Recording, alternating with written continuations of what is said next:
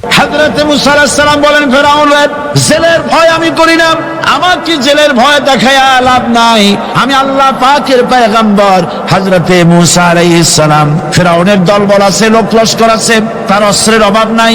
আল্লাহ রাব্বুল আলামিন মুসা আলাইহিস সালামের কাছে একটা অস্ত্র দিয়ে দিলেন। দিছিলেন কিনা? আল্লাহ পাক হযরত মুসাকে বলেছেন, ওয়া মা তিলকা বিয়ামিনিকা ইয়া মুসা। মুসা রে, তোমার হাতে ওটা কি? মুসা আলাইহিস সালাম বললেন, এটা লাঠি। আল্লাহ পাক বললেন, ফেলে দাও লাঠি। লাঠি ফালায় দিলেন। কি হয়ে গেল? হিয়া হাইয়াতুন তাসআ। লাঠি হয়ে গেল। এখন লাঠি পড়ে সাপ হয়ে গেল। সাপ দেখে নবী, ওলি হোক, সাহাবী হোক আর আলেম হোক, সাপ দেখলে ভয় করে না মানুষের? মুসা আলাইহিস সালাম ভয় পেয়েছে। আল্লাহ রাব্বুল আলামিন হযরত মুসাকে শোনায় দিলেন, খুযহা ওয়া লা তাখাফ সানুঈদুহা সিরাতাহাল উলা। লা তাখাফ, ভয় পেও না। আল্লাহ বলছেন ধরো, ভয় পেও না। ধরার সঙ্গে সঙ্গে স্বাভাবিক অবস্থায় ফিরে আসবে, আবার লাঠি হয়ে যাবে। এখন আল্লাহ বলছেন ধরো। মুসা আলাইহিস সালাম কি ভয় পাওয়া উচিত হবে? মুসা আলাইহিস সালাম কি ভয় পাইছিলেন? কারণ হচ্ছে এই দুশমনের শক্তিটা খুব বড়ই দেখা যায়, মনে হয় যেন অনেক বড় কি জানি কি। আল্লাহ পাক বলছেন, ইন্না কাইদাশ শায়তানে কানা দাঈফা।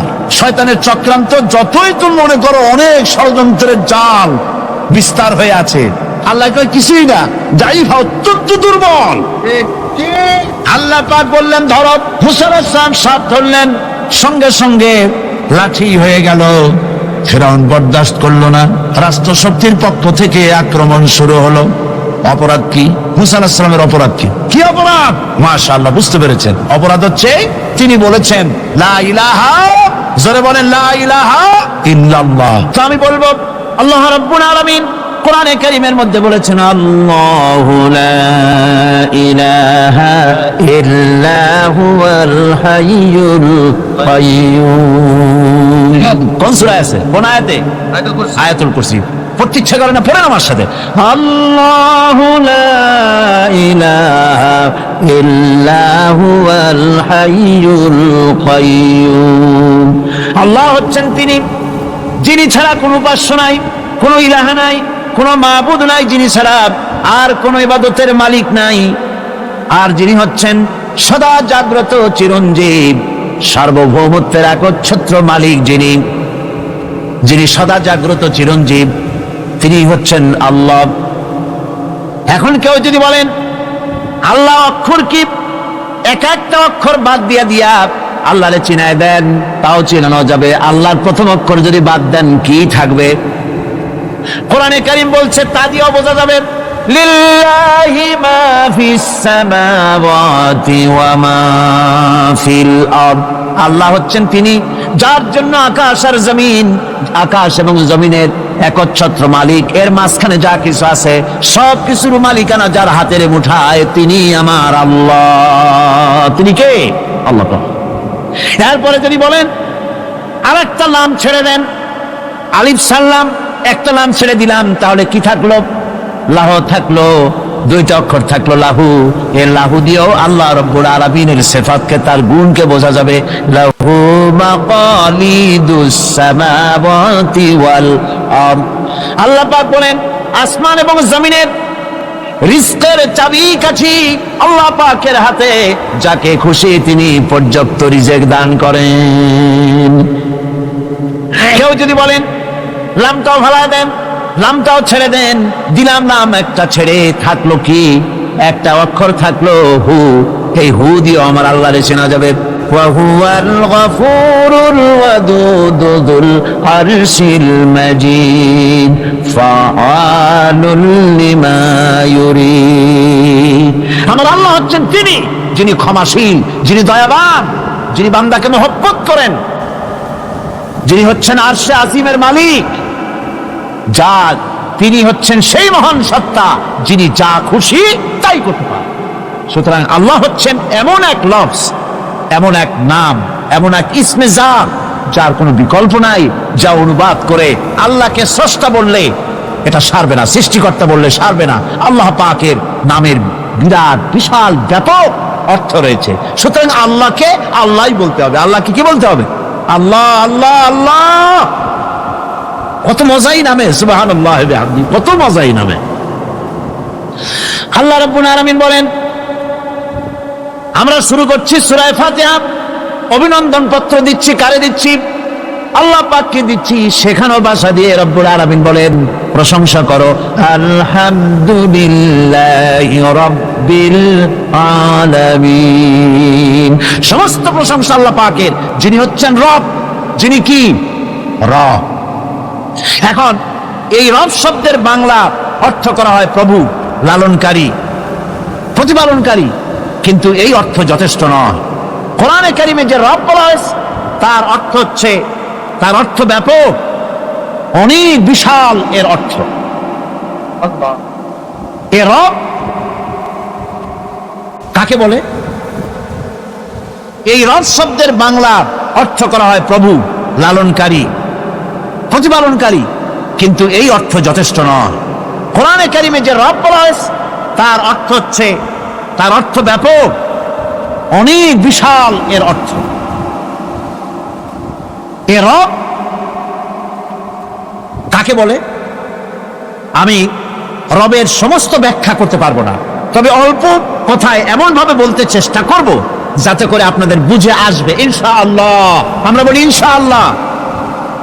এখন আপনারা যদি আমাকে প্রশ্ন করেন যে অত কথা বুঝি না, এক লাইনে এক বাক্যে বুঝায় দেন রব কাকে বলে, তাহলে আমি কথাটা এইভাবে বলবো, যাহার যখন যে জিনিসে যতটুকু প্রয়োজন তাহাকে তখন সেই জিনিস ফরিয়াদ করার আগে যিনি পৌঁছে দেন তার নাম হচ্ছে রব।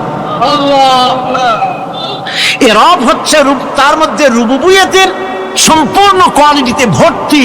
আল্লাহ পাকের মধ্যে রুবুবিয়তের কোয়ালিটি। রব শুধু সৃষ্টি করেই ছেড়ে দেন না, প্রতিপালন করেন, পূর্ণতায় পৌঁছে দেন। সুবহানাল্লাহ বলতে ইচ্ছে করে না ভাইরা? দেখেন, আল্লাহ রাব্বুল আলামিন এমন রব, বাংলাদেশের কুকুর আর আমেরিকা ইউরোপের শীত প্রধান দেশের কুকুর একরকম নয়। আমাদের দেশের পশু ইউরোপ আমেরিকা শীত প্রধান দেশের পশু একরকম নয়। তার কারণ হলো আমাদের দেশে শীত কম, নাতিশীতোষ্ণ অঞ্চলের মধ্যে খানিকটা পড়ে যায়। এখানে পশুদের গায়ে কম পশম থাকলে কোনো অসুবিধা নাই। ভেড়া, ঘোড়া, কুকুর, বন্য প্রাণীকে কেউ তো কম্বল দেয় না, ল্যাপ দেয় না, রাজাই দেয় না, খাতা দেয় না, চাদর দেয় না। আল্লাহ রাব্বুল আলামিন তিনি এমন রব, শীত প্রধান দেশের পশুদের গায়ে পশম দিয়া চিরস্থায়ী কম্বল জড়ায় দিয়েছেন। এটা হচ্ছে রব।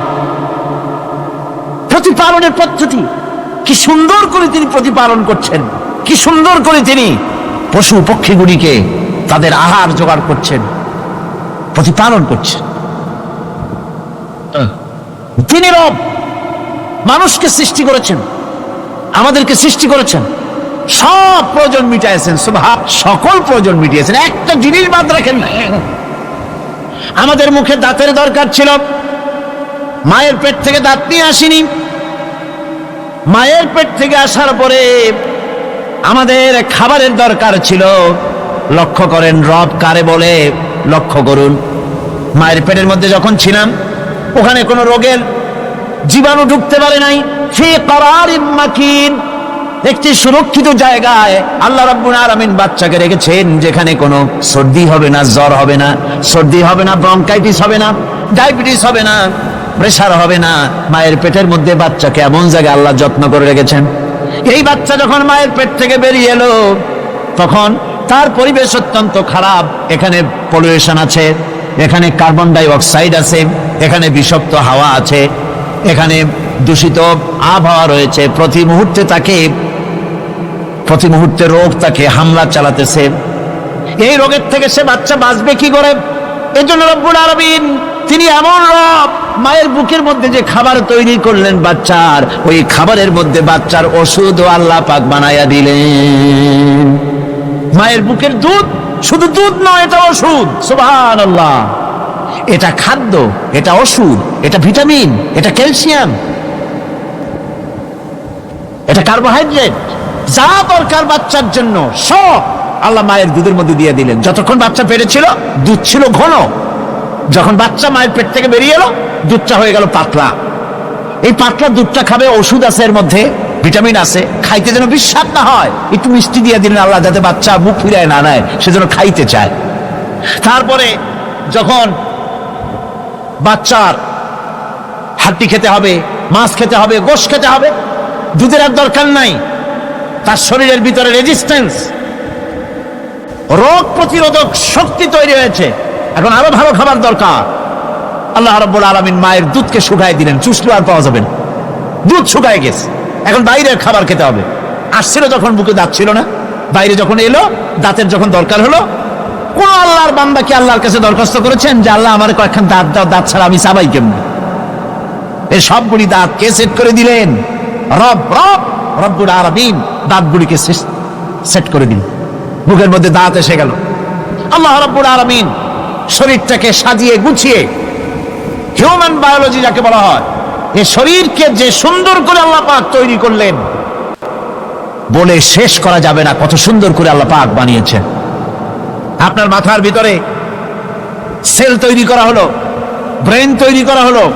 এই ব্রেনটা শুকনা জায়গায় রাখা হয় নাই, শুকনা জায়গার মধ্যে ব্রেনটা যদি থাকতো, নড়াচড়া করে আপনার ব্রেনের যে টেকনোলজি আল্লাহ পাক ইউজ করেছেন সেটা অসুবিধাগ্রস্ত হতো। এই জন্য ক্রিম যেভাবে পানির মধ্যে ভাসা থাকে, পানির মধ্যে ভাসমান ক্রিম মাখন যেভাবে রাখা হয়, সামান্য পানির মতো করে এর ভিতরে ব্রেনটাকে রাখা হয়েছে।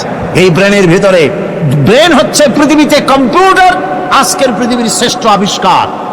কিন্তু মানুষের মাথায় যে কম্পিউটার আল্লাহ পাক দান করেছেন, এই কম্পিউটারের সামনে দুনিয়ার কম্পিউটার এতিম।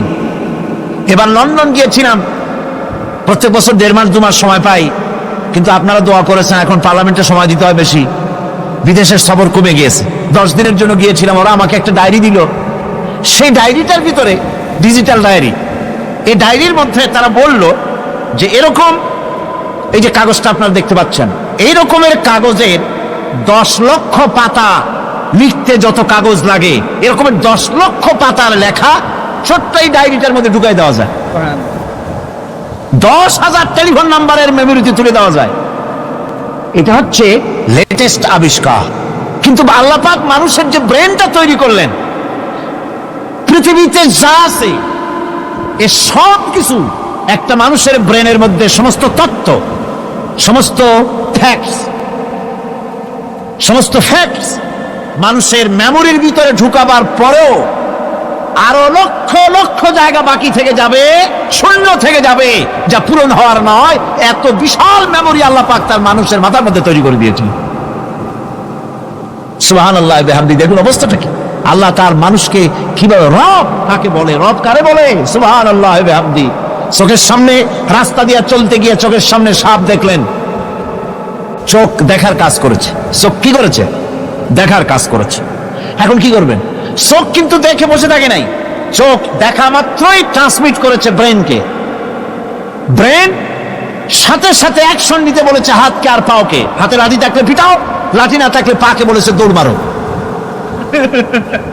এই যে সাপ দেখলো, চোখ এটাকে পাঠাই দিল ব্রেনকে, ব্রেন পাঠাই দিল অ্যাকশনে হাতে আর পায়ে। এতে কিন্তু 1 সেকেন্ড সময় লাগে নাই, 1 সেকেন্ডের কয়েক লক্ষ ভাগের 1 ভাগের ভিতরেই মানুষ অ্যাকশনে এসে গিয়েছে। সুবহানাল্লাহ। এর নাম হচ্ছে রব। এর নাম কি? রব। তার অফুরন্ত সৃষ্টি মানুষের হাত তৈরি করেছেন, চোখ তৈরি করেছেন। চোখে কিন্তু আমরা নেগেটিভ দেখি, চোখে আমরা কি দেখি? নেগেটিভ দেখি। এই নেগেটিভটা চোখ ক্যাচ করে ব্রেনের ভিতর থেকে পজিটিভ হয়ে কে বের করে দেয়? সুবহানাল্লাহ বিহামদি। কানে অসংখ্য শব্দ শুনি, কিন্তু কোনো শব্দ তো জড়ায় যায় না। অসংখ্য শব্দ আমরা শুনি, যেমন রেডিও ঘুরাচ্ছেন, 9 ব্যান্ড রেডিও অথবা এর থেকেও বেশি ব্যান্ডওয়ালা রেডিও। আপনি যখন ঘুরাচ্ছেন কোন সেন্টার ধরার জন্য, অনেক সময় 4-5টা সেন্টার জড়ায় যায় না? জড়ায় কিনা? 4-5টা সেন্টার জড়ায় যায়, সর্বনাশ হয়ে যায়, কোনটা থেকে কোনটা শুনবেন। তো এইরকম করে আপনার কানের ভিতরে শব্দগুলি সব জড়াইয়া পাকাইয়া আপনার কানের মধ্যে একটা বিশ্রী আওয়াজ সৃষ্টি করে দিতে পারত। কে স্তরে স্তরে শব্দগুলিকে শোনার ব্যবস্থা করেছে? আপনার জিহ্বার ভিতরে হাজারো রকমের স্বাদ গ্রহণ করার জন্য একটা জিহ্বায় এতগুলি টেস্ট নেওয়ার ক্ষমতা কে তৈরি করে দিলেন? আল্লাহ রাব্বুল আলামিন সুবহানাল্লাহি বিহামদি। তিনি হচ্ছেন রব, যিনি মানুষের প্রতিপালন সৃষ্টি করেন এবং প্রতিপালন করেন, এমনি এমনি ছেড়ে দেন না। এরপরে মানুষের সব প্রয়োজন তিনি মিটিয়েছেন। মানুষের জীবন ধারণের জন্য সব থেকে বড় প্রয়োজন পানি। সবচেয়ে বড় প্রয়োজন কি? পানি। জোরে কোন কি? পানি। জীবনের জন্য পানি এবং আর্দ্রতা, এই দুটি জিনিস অপরিহার্য, এছাড়া জীবন বাঁচবে না। আমরা দেখতে পাই সমুদ্র ভরা পানি মজুদ আছে, লক্ষ্য করে, সমুদ্র ভরা পানি মজুদ আছে, নদী খাল বিল ভরা পানি মজুদ আছে, কিন্তু এটাই তো যথেষ্ট নয়। রব হচ্ছেন তিনি যিনি এই বিশাল বিশাল পানির মজুদ থেকে বাতাসকে যিনি বলেন, যিনি প্রতিনিয়ত বাষ্পীয় আকারে পানিগুলিকে সমুদ্র থেকে উত্থিত করেন, পানিগুলিকে উত্থিত করেন মহাকাশে। আল্লাহ পাক বলেন, আল্লাহুল্লাযী আরসালার রিয়াহা ফাতুসিরু সাহাবা। বাষ্প হয়ে পানিগুলি আকাশে উত্থিত হয় এবং মহাকাশে যাওয়ার পর এই পানিগুলি, লবণাক্ত পানিগুলি আল্লাহর মেশিনে সেগুলি মিষ্টি হয়ে যায়। জোরে কোন সুবহানাল্লাহ। পানিগুলি মিষ্টি হয়ে গেল। ওই মিষ্টি পানি আল্লাহ রাব্বুল আলামিন নাজিল করে দিলেন। এবার বৃষ্টি কণা কণা হয়ে পড়লো, ফোঁটা ফোঁটা বৃষ্টি। আল্লাহ খুঁজে দেখলেন বৃষ্টির ফোঁটাগুলি পৃথিবীর প্রতিটি কণা তালাশ করে তৃষ্ণার্ত কণাগুলিকে আল্লাহ পাক ভিজায় দিলেন। সেই জন্য তার নাম হলো রব। তিনি হচ্ছেন রব, প্রয়োজন মিটান। পানি সবচেয়ে প্রয়োজন বেশি, সেই পানি আল্লাহ পাক এভাবে সরবরাহ করলেন। জমিনের চারিদিকে নদী নালা রেখেছেন, জমিনকে আর্দ্র করেছেন, জমিনের ভিতরের পানি মিষ্টি করেছেন। টিউবওয়েল মারলে পরে, পাম্প করলে পরে ভিতর থেকে মিঠা পানি আল্লাহ পাক বের করে দেন। সুবহানাল্লাহ। এই মিষ্টি পানির ব্যবস্থা করেছেন। এরপরে তিনি ওই আল্লাহ পাক মিষ্টি পানির ব্যবস্থা করে বৃষ্টির মাধ্যমে পৃথিবীতে ফসল উৎপাদনের ব্যবস্থা করে দিলেন।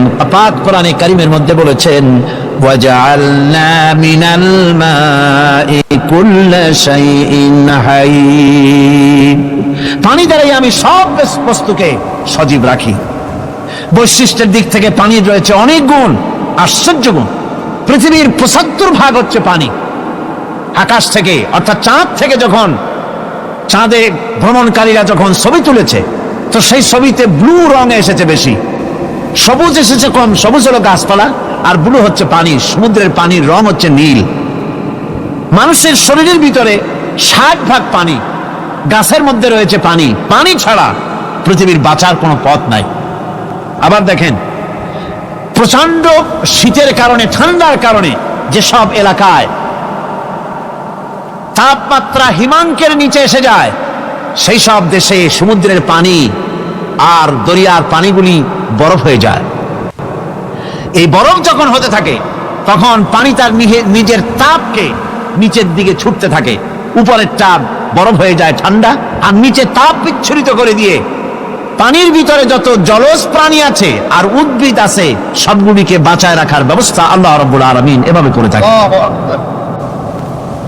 এবার আল্লাহ রাব্বুল আলামিন বলছেন, এই পানি ছাড়া মানুষ বাঁচে না, প্রাণী বাঁচে না। পানি এমন এক জিনিস, এমন এক নিয়ামত আমি দান করলাম। আল্লাহ পাক বলেন, কুল আরাআইতুম ইন আসবাহা মাউকুম গাওরান ফামান ইয়াতিকুম বিমাইন মাইন।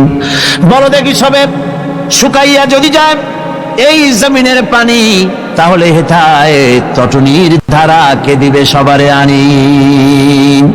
এই পৃথিবীর নদী নালা খাল বিল, জমিনের আভ্যন্তরীণ দিকে পানিগুলি যদি আমি আল্লাহ রাব্বুল আলামিন শুকায় দেই, তাহলে আমি আল্লাহ ছাড়া এমন কে আছে যে নতুন করে আবার পানির আমদানি করে দিতে পারে? আছে কেউ? আজ পানির শূন্যতা আমাদের দেশে দেখা যাচ্ছে। পানি আস্তে আস্তে কমে যাচ্ছে, আস্তে আস্তে পানি শেষ হয়ে যাচ্ছে।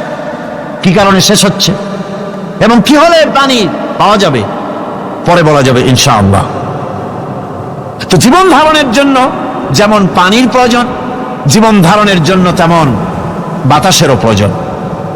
পানি ছাড়া তো কিছু সময় চলতে পারে, পানি এবং খাদ্য ছাড়া কিছু সময় চলতে পারে, কিন্তু বাতাস ছাড়া তো এক মুহূর্ত চলে না, ঠিক কিনা? বুঝেন কিনা কথা? বাতাস ছাড়া এক মুহূর্ত চলতে পারে না। অথচ আল্লাহ রাব্বুল আলামিন এই বাতাস দিয়ে গোটা আকাশকে, শূন্য জায়গাগুলি বাতাস দিয়ে ভরে রেখেছেন, যাতে করে কারো বাতাসের কোনো অসুবিধা না হয়, শ্বাস করতে কোনো কষ্ট না হয়। প্রাণী জগৎকে বাতাস দিয়ে বাঁচিয়ে রাখার জন্য আল্লাহ পাক মহাশূন্যকে এভাবে সব এলাকা বাতাস দিয়ে ভরে রেখেছেন। এই জন্য তার নাম হচ্ছে রব। এটাই হচ্ছে রুবুবিয়তের নমুনা। আমার ভাইয়েরা, আল্লাহ রাব্বুল আলামিন পানি দিলেন, বাতাস দিলেন, খাদ্যের ব্যবস্থা করে দিলেন। শস্য শ্যামল এলাকায় আল্লাহ পাক সব জায়গাগুলিতে শস্য শ্যামল হোক অথবা উষর ধূসর মরুভূমি হোক, সারা পৃথিবী জুড়ে আল্লাহ রাব্বুল আলামিন খাবারের দস্তরখান বিছায় রেখেছেন। ওয়ামা মিন দাব্বাতিন ফিল আরদি ইল্লা আলাল্লাহি রিজকুহা। এই পৃথিবীর বুকে এমন কোন বিচরণশীল জীব নাই যেই জীবের রিজকের দায়িত্ব আমি আল্লাহ আমার নিজ হাতে গ্রহণ করি নাই। জোরে বলেন সুবহানাল্লাহ। সব রিজেক আমি ছড়াই রেখেছি বিশ্বজুড়ে সর্বত্র। আল্লাহ পাক বলছেন, فَلْيَنْظُرِ الْإِنسَانُ إِلَى طَعَامِهِ أَنَّا صَبَبْنَا الْمَاءَ صَبًّا ثُمَّ شَقَقْنَا الْأَرْضَ شَقًّا فَأَنبَتْنَا فِيهَا حَبًّا। আল্লাহ পাক বলছেন, মানুষের উচিত নিজ খাদ্যাদির দিকে লক্ষ্য করা, নিজের খাদ্যের দিকে লক্ষ্য করা। যেহেতু এই খাদ্য প্রতিদিন তার সামনে আসে, এদিকে তার লক্ষ্য করা উচিত। আমি প্রথমে জমিনের উপরে পানি বর্ষণ করি, পরে জমিনকে দীর্ণ বিদীর্ণ করি, এরপরে জমিনের ভিতরে উর্বরা শক্তি আমি দান করি। কে বলতেছেন কথা? আল্লাহ পাক বলছেন। এরপরে আমি নানান জাতের ফসল ফলন তোমাদের জন্য আমি দান করে দেই। খাদ্যের দিকে নজর করতেই জন্য আল্লাহ পাক বলেছেন, মানুষ চতুর্দিক থেকে তো চোখ ফিরাতে পারে, মুখ ফিরাতে পারে, কিন্তু খাদ্যের দিকে তার নজর করতেই হয়। সকালে, দুপুরে, বিকালে, রাত্রে সব সময় তার সামনে খাবার আছে। আল্লাহ পাক বলেন, খাবারের দিকে একটু নজর করো, কেমন ভাবে কি সুন্দর করে খাবারগুলি তৈরি করে দিয়েছি, শুরু কিভাবে হলো, পরিপক্ক কিভাবে হলো, সেদিকে তোমরা লক্ষ্য করো। সে লক্ষ্য তো করা নাই, সমানে খায়, বিসমিল্লাহ বলে না, আলহামদুলিল্লাহ বলে না, পাইকারি দরে খাইতেই থাকে। আল্লাহ পাক বলছেন, খাদ্যাদির দিকে লক্ষ্য করো। এই যে চাউল তোমরা খাচ্ছ, আটা খাচ্ছ, গম খাচ্ছ, মাছ খাচ্ছ, গোশ খাচ্ছ, তাম পৃথিবীর সমস্ত বিজ্ঞানী একত্রিত হয়ে একটা চাউল বানাইতে পারবে? জোরে কোন পারবে? না পারবে। পারবে প্লাস্টিকের চাউল, খাবে আর কলেরা হয়ে মরবে। পৃথিবীর সমস্ত বিজ্ঞানীরা একত্রিত হয়ে একটি চাউল বানাতে পারবে না, একটা ডিম বানাতে পারবে না। পারবে একটা ডিম বানাতে? পারবে না। বিজ্ঞানীদের প্রশংসা আমরা করি, হ্যাঁ করি, বিজ্ঞানীরা অনেক কিছু বিশ্বকে উপহার দিয়েছে, কিন্তু মূল রবের কাছে আমরা যাই না, তাকে চিনতেও পারি না, সেখানে যাই না। বিজ্ঞানীরা কি করেছে? আল্লাহর বানানো জিনিসগুলি তারা ডিজাইন করেছে। ডিজাইন করতে তো নিষেধ নাই, আর ডিজাইন করাই যায়, সৃষ্টি করতে পারে না। বিজ্ঞানীরা সৃষ্টি করে নাই, ডিজাইন করেছে। কিরকম? আল্লাহ পাক চাউল তৈরি করেছেন। চাউল তৈরি করেছে কে? বলেন না সবাই। এখন আপনারা সেই চাউল দিয়ে পিঠা বানান, পায়েস বানান, সেই চাউল দিয়ে ভাপা পিঠা, আরো কি যেন খায় চট্টগ্রামে, রস দিয়ে, ওটাকে কি কর? দই পিঠা না কেন? ধোঁয়া পিঠা। সেইভাবে করে আপনি ডিজাইন তৈরি করছেন। আটা দিচ্ছে, আল্লাহ পাক আটা তৈরি করেছেন, গম দিয়েছেন, এই আটা দিয়ে গোলগোল্লা তৈরি হচ্ছে, এর দ্বারা রুটি তৈরি হচ্ছে, এর দ্বারা অসংখ্য রকমের সিমাই টিমাই ইত্যাদি দিয়ে, লাচ্ছা সিমাই, নানান রকমের সিমাই আপনি ডিজাইন করার অসুবিধা নাই। আল্লাহর তৈরি করা কাঠ দিয়ে ফার্নিচার তৈরি হচ্ছে, টেবিল হচ্ছে, চেয়ার হচ্ছে, গুষ্টি শুদ্ধ হচ্ছে। আল্লাহর তৈরি করা লোহা দিয়ে মাইক হচ্ছে, স্ট্যান্ড গান হচ্ছে, ব্রেন গান হচ্ছে, তারপরে প্লেন হচ্ছে। তাহলে আমি বলতে চাইলাম, বুঝাতে চাইলাম, সমস্ত জিনিস এর স্রষ্টা কে? জোরে বলেন কে? বিজ্ঞান শুধু এগুলিকে এক জায়গায় করে অ্যাসেম্বল করেছে, এগুলিকে এক জায়গায় করে এক একটা রূপ দিয়েছে। এখানে বিজ্ঞানের কৃতিত্ব আছে ঠিক, কিন্তু আপনারাই বলেন, লোহা যদি আল্লাহ তৈরি না করতেন এই মাইক তৈরি হতো? রাইফেল তৈরি হতো? আর রাইফেল যদি নাই হতো তাহলে কারাগারের বন্দীগুলো মারতেন কি দিয়া? রাইফেল যদি না হতো যুদ্ধ করতেন কি দিয়ে? ঠিক কিনা? যত মারামারি ইত্যাদি যা কিছু হচ্ছে, তো শুধু মারামারির জন্যই তো আল্লাহ লোহা বানান নাই। লোহার সবচাইতে বড় প্রয়োজন হচ্ছে জমিন কর্ষণ করা, জমিন চাষ করা। এই জমিন চাষের জন্য লাঙ্গল দরকার, শাবল দরকার, খুন্তা দরকার, কোদাল দরকার। এই লোহার দাম তো আল্লাহ পাক এত লোহা বেশি দিয়েছেন, যার জন্য লোহার দাম কম। সোনা কম দিয়েছেন যেহেতু সোনার প্রয়োজনীয়তা কম, লোহার প্রয়োজনীয়তা বেশি, এই জন্য লোহা বেশি দিয়েছেন, দামটা কমে গেছে, যার জন্য আপনার আমার জন্য কিনে ব্যবহারটা সহজ হয়েছে। কথা ঠিক কিনা বন্ধুগণ? আল্লাহ রাব্বুল আলামিন এইভাবে করে মানুষের রুবুবিয়াতটা, আল্লাহ পাকের রুবুবিয়াত হচ্ছে তিনি মানুষকে সুন্দর করে সৃষ্টি করে যা কিছু প্রয়োজন সবকিছু খাওয়াচ্ছেন, দিচ্ছেন। সে আল্লাহ পাক প্রশ্ন করছেন, কুল মান ইয়ারযুকুকুম মিনাস সামাই ওয়াল আরদ আম্মান ইয়ামলিকুস সামআ ওয়াল আবসারা ওয়া মান ইয়াখরুজুল হাইয়্যা মিনাল মাইয়িতি ওয়া ইউখরিজুল মাইয়িতা মিনাল হাইয়্য। আকাশের প্রশস্ত বুক থেকে এবং জমিনের এই প্রশস্ত বুক থেকে কে রিজিক, তোমাদের খাদ্যকে উৎপাদন করে? কে নির্জীব থেকে সজীবকে বের করেন? আর কে সজীবকে নির্জীবে পরিণত করেন? তিনি কে? তিনি হচ্ছেন আল্লাহ পাক। আল্লাহ পাক বলছে, এই প্রশ্ন যদি তাদেরকে করা হয় তো তারা কি বলবে? আল্লাহ পাক বলেন, ওয়ামান ইউদাব্বিরুল আমরা ফাসায়াকুলুনা আল্লাহ ফাকুল আফালা তাত্তাকুন। হে নবী, এদেরকে প্রশ্ন করুন। এদেরকে যদি প্রশ্ন করা হয় এই পৃথিবীর সুন্দর পরিচালনা পদ্ধতি কে করেন, তাহলে তারা এক কথায় বলবে, নিজের থেকেই বলবে আল্লাহ। কে করছেন? সবকিছু আল্লাহ।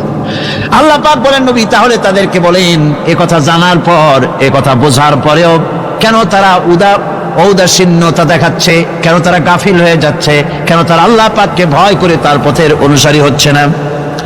যে আল্লাহ রাব্বুল আলামিন এত কিছু করছেন, তিনি তার পরিচয় সম্পর্কে বলে দিচ্ছেন, ফাযালিকুমুল্লাহু রাব্বুকুমুল হক ফামাযা বা'দাল হক ইল্লাদ দালাল। নিশ্চয়ই এসবের মূলে রয়েছেন তোমাদের রব, আমাদের আল্লাহ, আমাদের রব। সুতরাং উজ্জ্বল সত্য প্রকাশিত হওয়ার পর গোমরাহি ছাড়া আর কিছুই বাকি থাকে না। সুতরাং যারা সত্যের পথের অনুসরণ করতে চায়, রবকে চিনতে হবে, আল্লাহ পাককে জানতে হবে এবং তাকে অনুসরণ করতে হবে, তাকে রব হিসাবে চিনতে হবে।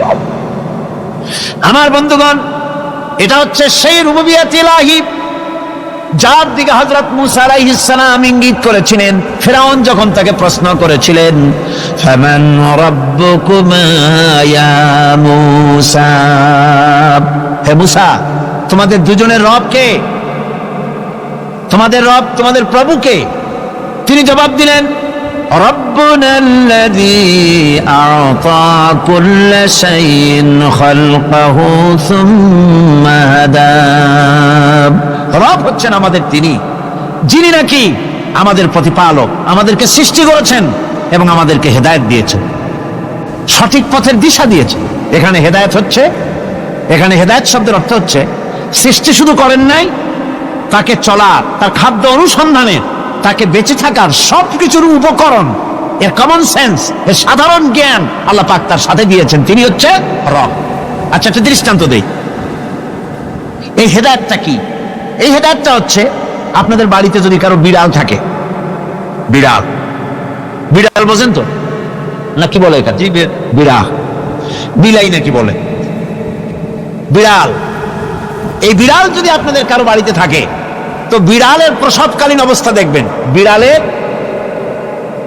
প্রসব হবে, বাচ্চা দেবে। বিড়াল তখন ঘরের মধ্যে পেরেশান হয়ে ঘুরতে থাকে, একটা নিরাপদ জায়গা খোঁজে, একটা নিরাপদ জায়গা খোঁজে। প্রসব করার 2-3 দিন আগের থেকে খুঁজতে থাকে তার জন্য নিরাপদ জায়গা কোনটা। এরপরে খুঁজতে খুঁজতে প্রসবের দিন সে সত্যিকারের ঘরের মধ্যে সবচেয়ে কোনা কানা জায়গা যেটা, সেই রকমের একটা নিরাপদ জায়গা সে বেছে নিল। এরপরে বাচ্চা হলো। বাচ্চা হওয়ার পর এই বাচ্চার উপরে কেউ যেন আক্রমণ না করে, শত্রু যেন তার জায়গাটিতে না আসে, এই জন্য বাচ্চাটার তো হাত দিয়া মায়ের মতো করে নিতে পারে না, সে আস্তে করে ঘাটটা কামড়ায় ধরে যাতে করে বাচ্চা ব্যথা না পায়। ওইভাবে করে ঘাট কামড়ায় ধরে, আজকে এই সিঁড়ির নিচে, কালকে ওই খাটের নিচে, পরশুদিন এই আলমারির কোনায়, এইভাবে বাচ্চাগুলি সরায় সরায় রেখে বাচ্চাকে প্রতিপালন করে। এই বিড়াল হেদায়েত দিলটা কে? যিনি দিলেন তার নাম রব, তিনি হচ্ছেন রব্বুল আলামিন। সন্তান প্রতিপালনের ব্যবস্থা শুধু দুনিয়ার মানুষকেই দেন নাই, প্রাণী জগৎকেও দিয়েছেন। সুবহানাল্লাহ। বলেন বলেন, মুরগির বাচ্চা হলো, ডিমের থেকে বাচ্চা বেরোলো, এই বাচ্চাগুলি হয়েছে গতকাল।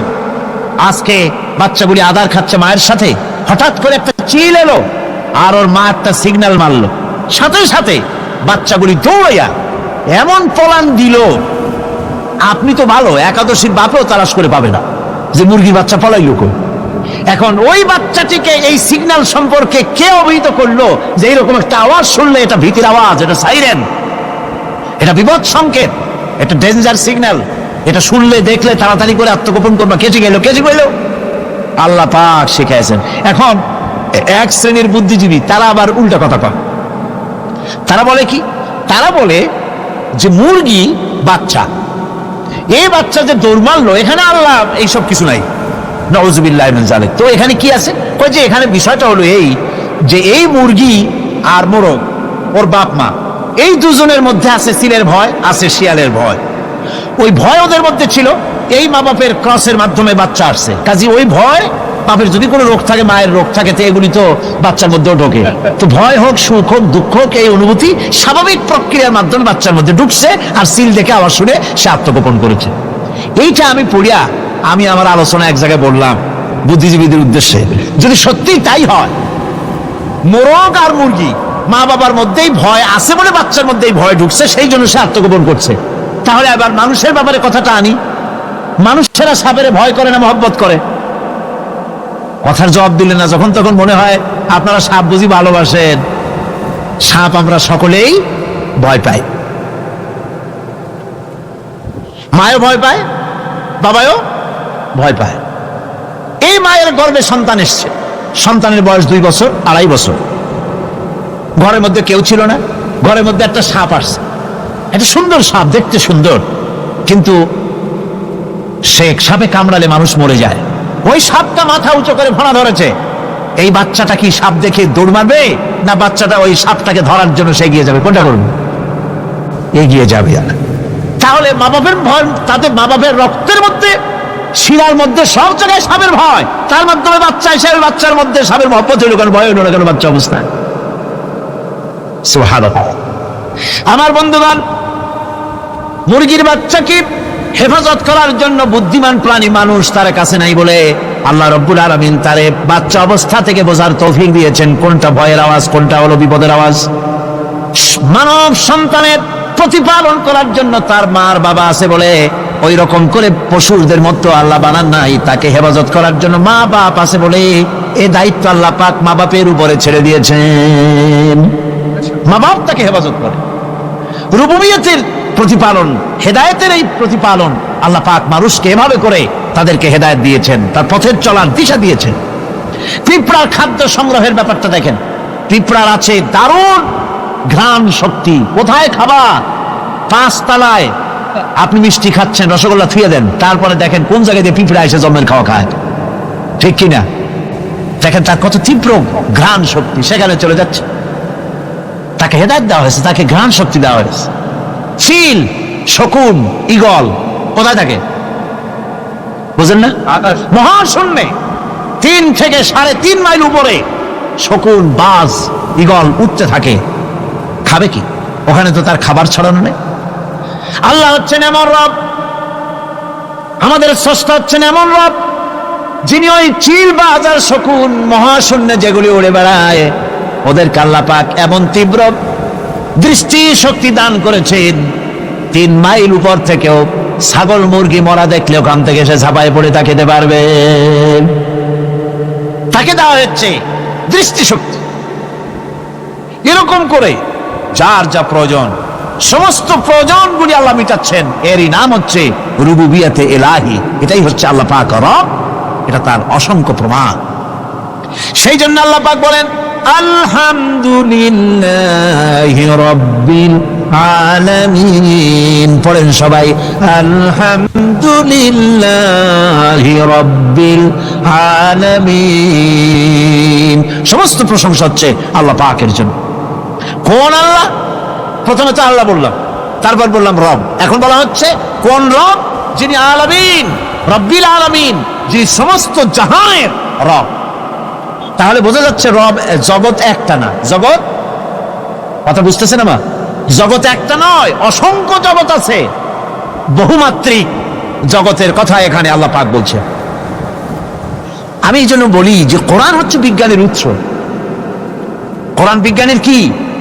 বিজ্ঞানের আবিষ্কার। যত বাড়বে বিজ্ঞান চিরটা কাল কোরআনের কাছে ভিক্ষার হাত দিয়ে এতিমের মতো দাঁড়ায় থাকবে কিয়ামত পর্যন্ত। আজ পৃথিবীর বিজ্ঞানীরা বলছে জগৎ সম্পর্কে, আমরা মনে করছি এই পৃথিবীটাকে, আমাদের কাছে জগৎ দুইটা। কয়টা জগৎ? একটা জগৎ হলো এইটা, ইহ জগৎ আর পরজগৎ, এছাড়া আর কিছু জানি না। এই দুইটাই জগৎ আমাদের কাছে। এখন দেখেন বিজ্ঞানীরা কি বলছে। বিজ্ঞানীরা বলছেন সৌরজগতে শুধু আমাদের সৌরজগৎটাই শেষ না, অসংখ্য সৌরজগৎ আছে মহাশূন্যে, অসংখ্য সৌরজগৎ। পৃথিবীর প্রতি 4 বিলিয়ন মানুষ যদি এক একটা সৌরজগৎ দখল করে, তাতেও সৌরজগৎ শেষ হবে না। আরো সহস্র সহস্র বিলিয়ন বিলিয়ন সৌরজগৎ আরো ফাঁকা পড়ে থাকবে। এত সৌরজগৎ আল্লাহ সৃষ্টি করেছেন। এই মহাশূন্যে বহুমাত্রিক জগতের কথা আল্লাহ পাক এখানে বলেছেন। এই পৃথিবী একটা জগৎ, এই মাটির তলায় আছে আর এক জগৎ, সমুদ্রের ভিতরে আছে পানির তলার আর এক জগৎ। আর মহাশূন্য যে কি তা আপনার মাথায় শূন্য হয়ে যাবে চিন্তা করতে করতে। এই জন্য বিজ্ঞানীরা, বড় বড় বিজ্ঞানী, এরা কিন্তু নাস্তিক হয় না। বর্তমান বিজ্ঞানীরা চিন্তা করে গবেষণা করে খেয়ে হারিয়ে ফেলছে মহাশূন্যকে দেখে। যেখানে আছে গ্যালাক্সি, যেখানে আছে মিল্কি ওয়ে, যেখানে রয়েছে অসংখ্য তারকা, এই পৃথিবীটা মহাশূন্য আল্লাহ যেভাবে তৈরি করেছেন সেই তুলনায় এই পৃথিবী একটা মার্বেলের চাইতে খুব বেশি একটা বড় কিছু হয় বলে মনে হয় না। পৃথিবী যদি হয় একটা মার্বেলের মতো, তাহলে আমরা যে মানুষ, আমাদের অস্তিত্ব কোথায় চিন্তা করে। এবার মহাশূন্যে চলেন, মহাশূন্য সে কি বিশাল মহাশূন্য। একটা তারকা থেকে আর একটা তারকায় যদি যেতে হয় তাহলে সহস্র সহস্র বিলিয়ন বছরের দরকার হবে। কি বছর? এই দুনিয়ার বছর না, আলোকবর্ষ, লাইট ইয়ার। আলো চলে প্রতি সেকেন্ডে কত? 1,86,000 মাইল। এই 1,86,000 মাইলের সেকেন্ড, এর মিনিট, এর ঘন্টা, এর দিন, এর মাস, এর বছর, এই আলোকবর্ষ। সহস্র সহস্র আলোকবর্ষ পার হয়ে যাবে এক তারকা থেকে আর এক তারকায় পৌঁছানো সুকঠিন। এ ধরনের অসংখ্য তারকা আল্লাহ পাক তৈরি করে রেখেছে। সূর্য হচ্ছে পৃথিবীর চাইতে 13 লক্ষ গুণ বড়। এরকম সূর্য বিজ্ঞানীরা এখন বলছে, আগে বলতো 1 কোটি সূর্যের চাইতে বড় তারকা, এখন বলতেছে এই রকমের পৃথিবীর চাইতে 13 লক্ষ গুণ বড় যে সূর্য, এরকম 3 কোটি সূর্য খাইয়ে ফেলাইতে পারে। এরকম সহস্র সহস্র তারকা এক একটা গ্যালাক্সির ভিতরে আল্লাহ পাক তৈরি করে গেছে। এখন মনে হচ্ছে যে এই তারকাগুলি বড় না, এই তারকাগুলির চাইতে আবার বড় জিনিস কি, সেটাকে বলা হয় ব্ল্যাক হোল। সেটাকে বলা হয় ব্ল্যাক হোল, অন্ধকার কূপ। ব্ল্যাক হোল আবার ম্যানহোল বুঝবেন না, কিন্তু ম্যানহোলের ঢাকনা চুরি হয় যেমন। তবে একটা দৃষ্টান্ত আপনি বুঝতে পারেন, রাস্তায় রাস্তায় যেমন অসংখ্য ম্যানহোল আছে, ওই রকম করে মহাশূন্যে অসংখ্য ব্ল্যাক হোল আছে, একটা দুইটা না, অসংখ্য। এই ব্ল্যাক হোল আবার দেখা যায় না, অদৃশ্য ব্ল্যাক হোল। এই ব্ল্যাক হোলগুলো কি? এগুলি কোরআনে কারীমের মধ্যে আল্লাহ পাক বলেছেন, ফালা উকসিমু বিমাওয়াকিন নুজুম, ফালা উকসিমু বিমাওয়াকিন নুজুম, শপথ সেই পতনের স্থানের যেখানে নক্ষত্রসমূহ ধ্বংস হয়ে যায়, ধ্বংসপ্রাপ্ত হয়, কসম সেই স্থান সময়ের। সুবহানাল্লাহ। এই অন্ধকার কূপের, এই অন্ধকূপের কসম করছেন আল্লাহ পাক। সে অন্ধকূপটা কি? সেই ব্ল্যাক হোলটা কি? সেই ব্ল্যাক হোল হচ্ছে ওই যে তারকার কথা বললাম যে সূর্য খাইতে পারে, 3 কোটি সূর্য খাইতে পারে, এই রকমের তারকাগুলি ঘুরতে ঘুরতে কোনো এক কারণে যখন সে ব্ল্যাক হোলের রেঞ্জের মধ্যে এসে যায়, তখন ব্ল্যাক হোল ওকে এমন ভাবে চুষে হজম করে ফেলে যেমন বাচ্চা চকলেট চুষা খাইয়া ফেলায়, এরকম ব্ল্যাক হোলগুলি অত বড় তারকাগুলি খাইয়া চুষা শেষ করে ফেলে দেয়। সুবহানাল্লাহ বিহামদিহি। বিজ্ঞানীরা বলেছেন আমাদের এই পৃথিবীটা, আল্লাহ না করুন কখনো, আমাদের এই পৃথিবীটা যদি কোনো ব্ল্যাক হোলের আওতায় পড়ে, ওর রেঞ্জে আসে, তাহলে মাত্র 2 সেন্টিমিটারের মধ্যে পৃথিবীটা তার ঘনত্ব লাভ করে ব্ল্যাক হোলের মধ্যে অদৃশ্য হয়ে যাবে, হারায় যাবে, অস্তিত্ব থাকবে না। আল্লাহ পাক, আশ্চর্য লাগে আমার বিজ্ঞানের বইপত্র যখন পড়ি, আমার কাছে আশ্চর্য লাগে 1400 বছর আগে নবী কোন বিজ্ঞানাগারে পড়াশোনা করেন নাই, কোন সায়েন্স নিয়ে রিসার্চ করেন নাই, সেই নবীর মুখ থেকে এমন বিজ্ঞানময় কোরআন আল্লাহ বের করালেন যা আজকের পৃথিবীর মডার্ন যুগের বিজ্ঞানীরা কোরআনের কাছে এতিম হয়ে দাঁড়ায় আছে। পৃথিবীর কোন বিজ্ঞানী বলতে পারবে না যে কোরআনে কারিমের অমুক আয়াতটা আনসাইন্টিফিক, এটা হাদিস আমাদের বিজ্ঞানের সাথে মিল খায় না, এমন কথা বলতে পারবে না। বরং কোরআন সার্টিফাই করবে তোমার এই বক্তব্য, তোমার এই থিওরি মোস্ট আনসাইন্টিফিক, কোরআন বলবে। ওরা বলতে পারবে না যে আয়াতটা আনসাইন্টিফিক।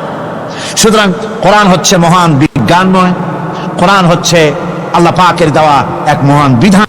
ইসলামের পতাকা, শান্তির বার্তা, বিশ্বজুড়ে ডেকে আনে সমতা। আল্লাহু আকবার। ধ্বনিতে জাগে প্রাণ, ইমানের আলোয় আলোকিত জাহান। কালেমা তাইয়েবা অন্তরে গাঁথি, আল্লাহ ছাড়া নেই তো কেউ সাথী। নামাজ হলো ইবাদতের মূল, জাকাত দিলে আত্মা হয় নির্মল। রমজানের রোজা সংযমের শিক্ষা, হজ্জে গিয়ে পাই মক্কা মদিনার দীক্ষা। কোরআন মজিদ হেদায়েতের আলো, সুন্নতের পথে জীবন করো ভালো। দান খয়রাত করো 2 হাত ভরে, গরিব দুঃখীর পাশে দাঁড়াও আদরে। সদা সত্য কথা বলো মুখে, পরোপকার করো নিজের সুখে। ইসলামের পথে চলো অবিরাম, ইহকালে শান্তি পরকালে আরাম। জান্নাতের পথে এগিয়ে চলো ভাই, আল্লাহর রহমতে মুক্তি যে পাই। ইসলাম আমার জীবন, ইসলাম আমার প্রাণ, ইসলামের পথে চলি করি আল্লাহর গুণগান। তাওহীদের বাণী নিয়ে এসেছি ধরায়, শিরকের অন্ধকার দূর করি সদায়। পবিত্র কোরআন আল্লাহর কালাম, মানবতার মুক্তি এটাই মোদের কাম। নামাজ কায়েম করি সিজদায় লুটিয়ে, মনের কালিমা দূর করি কান্নায় ধুয়ে। রোজা রাখি আমি আল্লাহর ইবাদতে, গরিবের কষ্ট বুঝি রোজার খাতিরে। যাকাত দেই আমি সম্পদ বিলিয়ে, দরিদ্রের মুখে হাসি ফোঁটাই খুশিতে। হজ করি আমি মক্কা মদিনায় গিয়ে, বিশ্ব মুসলিম এক কাতারে দাঁড়াই গিয়ে। ইসলামের শিক্ষা, শান্তির বার্তা, ভ্রাতৃত্বের বন্ধনে বাঁধি সারা বিশ্বটা।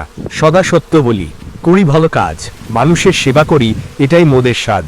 হিংসা বিদ্বেষ ভুলে গড়ি এক সমাজ, যেখানে সবাই বাঁচে হয়ে একে অপরের আজ।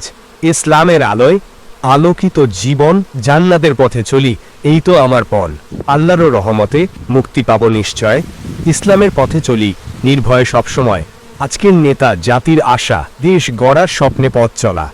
জনগণের সেবায় নিয়োজিত প্রাণ, দেশের উন্নয়নে সদা বিদ্যমান। ভাষণে মধু, কাজে যেন ফল, দেশের মানুষ যেন না হয় বিফল। দুর্নীতিমুক্ত সমাজ গড়ি, ন্যায়ের পথে চলি সবাই ধরি। শিক্ষা, স্বাস্থ্য, অর্থনীতি আর পরিবেশ, সব দিকে যেন থাকে উন্নয়ন বিশেষ। যুবকদের হাতে তুলে দেই দায়িত্বভার, তারা গড়বে নতুন এক ভবিষ্যৎ সবার। কৃষক, শ্রমিক, দিনমজুর ভাই, তাদের মুখে হাসি ফোটাতে চাই। নারী পুরুষের সমান অধিকার, গড়ে তুলি এক সুন্দর পরিবার। দেশের সংস্কৃতি, ঐতিহ্য বাঁচাই, বিশ্বের মাঝে মাথা উঁচু করে দাঁড়াই। নেতারাই তো পথ দেখাবেন আলো, তাদের হাত ধরেই দেশ হবে ভালো। তবে নেতা যদি হন দুর্নীতিপরায়ণ, ভেঙে যায় দেশ, হয় বিপর্যয়। তাই সৎ নেতার বড়ই প্রয়োজন, দেশকে বাঁচাতে তাদেরই করুন বরণ। এই ছন্দে কোনো নির্দিষ্ট দলের কথা বলা হয়নি, বরং একজন নেতার কেমন হওয়া উচিত সে বিষয়ে আলোকপাত করা হয়েছে। আপনার যদি অন্য কোনো বিষয় জানার আগ্রহ থাকে তবে জানাতে পারেন।